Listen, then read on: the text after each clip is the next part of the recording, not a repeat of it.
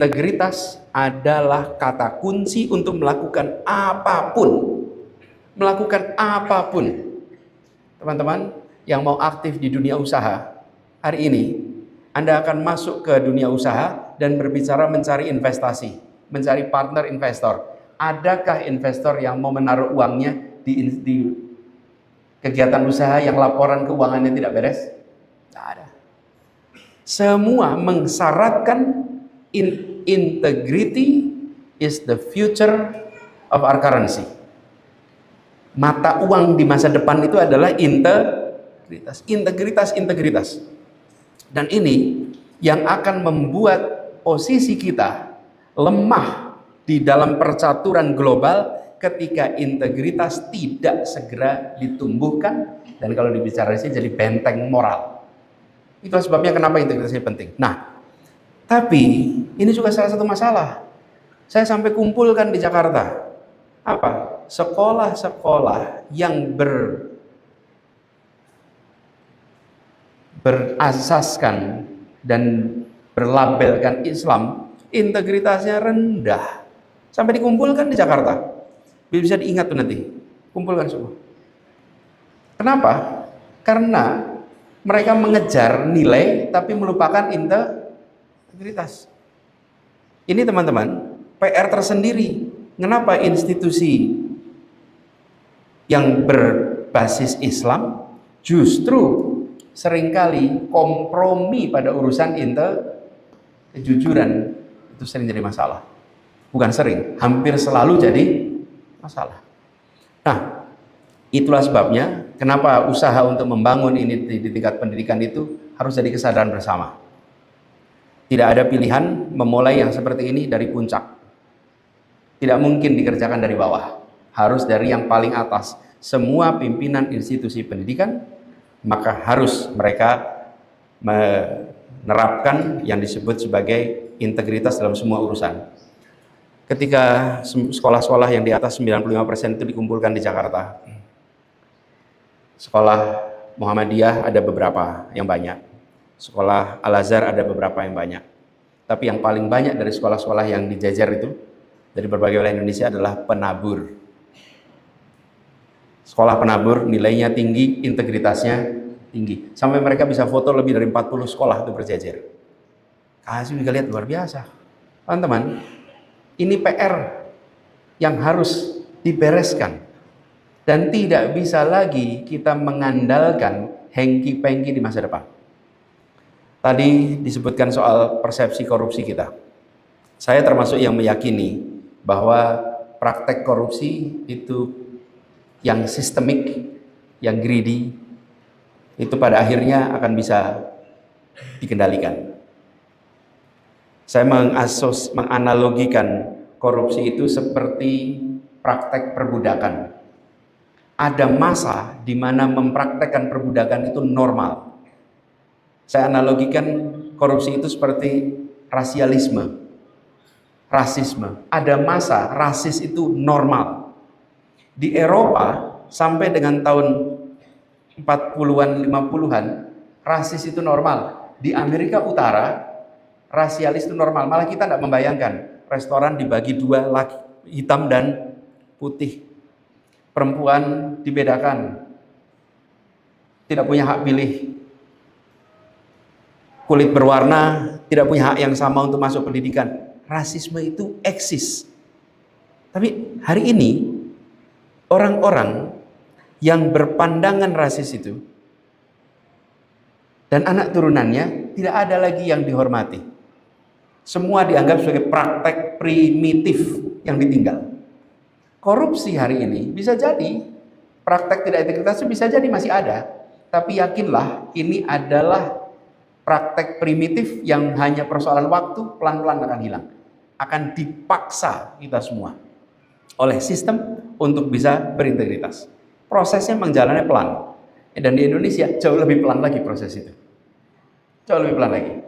Ini teman-teman semua, tren yang sedang terjadi di dunia, bagaimana integritas menjadi kunci. Nah, sekarang teman-teman, saya ingin coba kaitkan dengan bagaimana di dalam roda pemerintahan, proses demokrasi kita, itu bisa membereskan persoalan integritas ini. Ini tidak sederhana, teman-teman. Sama sekali tidak sederhana. Kenapa tidak sederhana? Hari ini di berbagai tempat di dunia terjadi penurunan kepercayaan kepada lembaga demokrasi. Bukan hanya di Indonesia, di seluruh dunia. Lembaga-lembaga demokrasi mengalami penurunan kepercayaan Republik. Kenapa mengalami penurunan kepercayaan? Karena ada berbagai praktek abuse kewenangan, pemanfaatan kewenangan di luar untuk kepentingan publik. Indonesia juga punya persoalan yang sama. Kita menyaksikan praktek-praktek korupsi yang dibiarkan. Walau ada juga yang tidak korupsi tapi diperkarakan. Ada teman saya pernah ngalamin tuh. Nggak korupsi tapi diperkarakan tuh. Alhamdulillah dia bebas sekarang. Tapi ada kasus-kasus lain yang sekarang serupa sedang berjalan.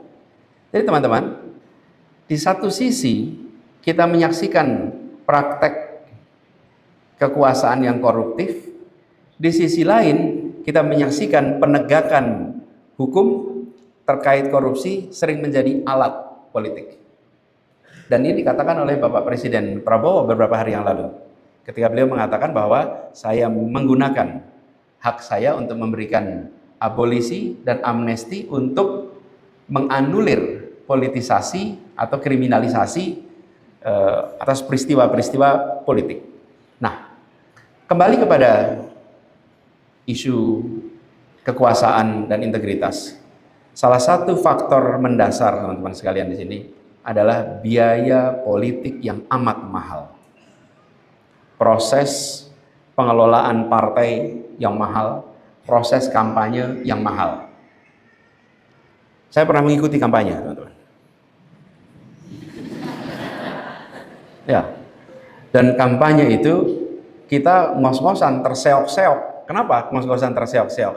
Karena semuanya mengandalkan kepada kerelawanan, dukungan yang sifatnya kerelawanan dari mana-mana, termasuk relawan-relawan yang menyumbang dalam bentuk donasi pembiayaan. Tetapi teman-teman, tidak ada hari ini pengaturan pembiayaan dari negara, tidak ada pembatasan pembiayaan, dan apa yang terjadi? Praktek-praktek investasi melalui kontestasi politik itu terjadi. Karena dipandang sebagai investasi, bukan sebagai donasi, maka dia harus menghasilkan return. Dia harus mengalihkan pengalian. Sebagai praktek umum, transaksional itu sah-sah saja. Yang problem adalah tidak ada regulasi, tidak ada transparansi. Sehingga ini semua dikerjakan secara tanpa batas. Dan apa yang terjadi teman-teman? Yang terjadi kemudian di lapangan pembiayaan luar biasa besar bersamaan dengan masyarakat yang seringkali berpikirnya jangka pendek. Ya sudah, kalau ada uangnya, alhamdulillah, syukur. Terima kasih. Kalau nggak ada uangnya, masake banget. Nggak ada uangnya. Ini teman-teman, situasi di dalam politik kita yang tidak sehat. Ini membutuhkan keberanian untuk melakukan perubahan. Siapa yang bisa melakukan perubahan? Yang bisa melakukan perubahan yang paling puncak, teman-teman. Tidak bisa dikerjakan dari bawah. Ini harus dikerjakannya dari puncak. Tidak bisa dikerjakan dari tengah. Kalau yang puncak mengatakan koreksi praktek koruptif, koreksi pembiayaan partai yang tak transparan, koreksi kampanye yang tidak menggunakan pendanaan yang bisa diaudit oleh publik, kalau itu tidak ada koreksi dari yang puncak, maka ini semua tidak akan berubah. Karena itulah kita membutuhkan perubahan yang serius dari puncak. Tanpa perubahan serius dari puncak, sulit sekali untuk bisa ke bawah. Di sisi lain, untuk bisa melakukan perubahan ke puncak, pembiayaannya tidak sedikit. Ini situasi rumit yang sedang dialami bangsa kita. Tapi saya perlu sampaikan teman-teman, bila Indonesia membiarkan ini berjalan terus, maka sedikit demi sedikit, pelan-pelan kita akan ditinggalkan. Ditinggalkan dari arus kemajuan dunia, kita akan ditinggalkan. Yang kedua, kita tidak lagi menjadi tempat yang menarik untuk orang melakukan aktivitas usaha di Indonesia, dan tidak lagi menjadi negara yang bisa dijadikan contoh di dalam percakapan global. Kenapa saya menyebutkan terakhir tadi jadikan contoh? Teman-teman, walaupun kabar baik dari Indonesia hari ini seringkali kalah dengan kabar tidak baik. Jadi jumlah good news from Indonesia itu seringkali kalah banyak dengan bad news from Indonesia. Tapi saya perlu sampaikan, ada masa di mana Indonesia ini dipandang sebagai teladannya bangsa-bangsa baru. Bangsa-bangsa baru merdeka, teladannya itu siapa? Indonesia. Dan dunia itu betul-betul kagum secara sesungguhnya. Bahkan revolusi kita itu diekspor ke dunia. Kalau teman-teman sempat baca buku judulnya Revolusi, memang judulnya Revolusi. Itu aslinya bahasa Belanda, itu cuma bahasa Inggris. Baca buku itu. Teman-teman, kita ini menjadi rujukan. Kenapa jadi rujukan? Ini cerita sederhananya. Beragam bisa menyatu, terus merdeka bukan hadiah. Lalu kepemimpinan yang memesona. Kalau Anda mendengarkan gagasan-gagasan dari Founding Fathers Republik kita, maka Anda ketemu dengan orang-orang cemerlang yang membuat kita semua di masa itu merasa ini loh contoh negara baru yang pemimpinnya dahsyat. Agus Salim paling tua di antara semua, berbicara lebih dari 20 bahasa. Pergi kemana-mana, bicara dengan bahasa yang ada di tempat itu. Dengan bisa penyampaian gagasan yang luar biasa. Dia bapak diplomasi Indonesia. Agus Salim kemanapun orang terpesona dan kagum dengan gagasannya. Soekarno 6 bahasa, Natsir 7 bahasa. Teman-teman dijejer itu semua itu. Sahrir, Hatta. Jadi bukan saja rakyatnya yang bisa berjuang hebat, tapi pemimpin-pemimpinnya berkiprah di kancah global, memesona. Dan dunia melihat Indonesia sebagai sebuah bangsa di ujung timur Asia yang jadi rujukan. Teman-teman baca aja referensi tentang Afrika, Asia. Kalau ditanya siapa bangsa rujukan, pasti mereka akan mengatakan Indonesia. Indonesia was the darling. Nah, itu hanya bisa terjadi kenapa? Karena domestik kitanya menarik dan baik. Dalam perjalanan kita mengalami penurunan. Yang lain mengalami peningkatan. Nah, hari ini dan ke depan, aspek yang akan menentukan bukan kecerdasan. Ada artificial intelligence yang bisa membantu kita. Ini ada asisten pribadi ini yang bisa membahas ini. Termasuk topik ini pun bisa dibahas di situ. Tetapi yang tidak bisa digantikan alat ini namanya integritas. Tidak bisa alat ini menggantikan. Ini adalah currency masa depan. Ini mata uang kita di masa depan. Nah, pemimpin-pemimpin Republik hari ini, pemimpin di berbagai tempat harus menyadari, ini bukan khotbah kampus, ini bukan anjuran dari Menara Gading, ini adalah warning kalau Indonesia mau menjadi pelaku dominan di dunia atau kita akan turun pelan-pelan. Nah, yang lebih mengkhawatirkan nih teman-teman, bila ini tidak dikoreksi, yang mengkhawatirkan apa? Yang mengkhawatirkan adalah best brain Indonesia akan mencari ekosistem yang berintegritas. Karena best brain Indonesia, cerdas-cerdas Indonesia ini tidak sanggup kalau harus mengorbankan integritas. Betul nggak teman-teman? Apa yang terjadi? Parkir keluar dan sudah berada di luar, menyaksikan praktek penuh integritas, ditawari pulang sebentar. Kalau pulang harus hengki-pengki tidak? Kalau harus hengki-pengki, kami nggak pulang.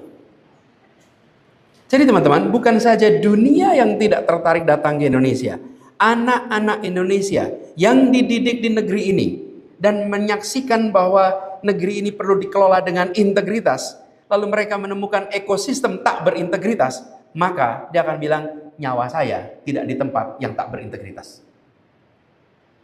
Soulnya nggak di sini. Dia akan cari tempat berintegritas. Dan hari ini kita menyaksikan gelombang perpindahan.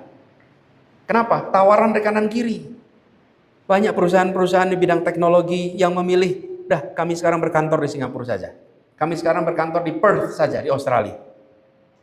Kenapa? Karena berhadapan dengan persoalan integritas yang mendasar. Biaya menjalankan usaha menjadi sangat mahal karena harus kompromi dengan begitu banyak urusan. Mendatangkan barang begitu mahal karena kompromi banyak urusan.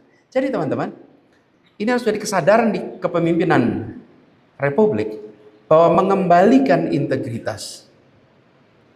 Dan saya istilahkan mengembalikan, karena kita dulu pernah punya. Integritas ini harus jadi PR utama kalau kita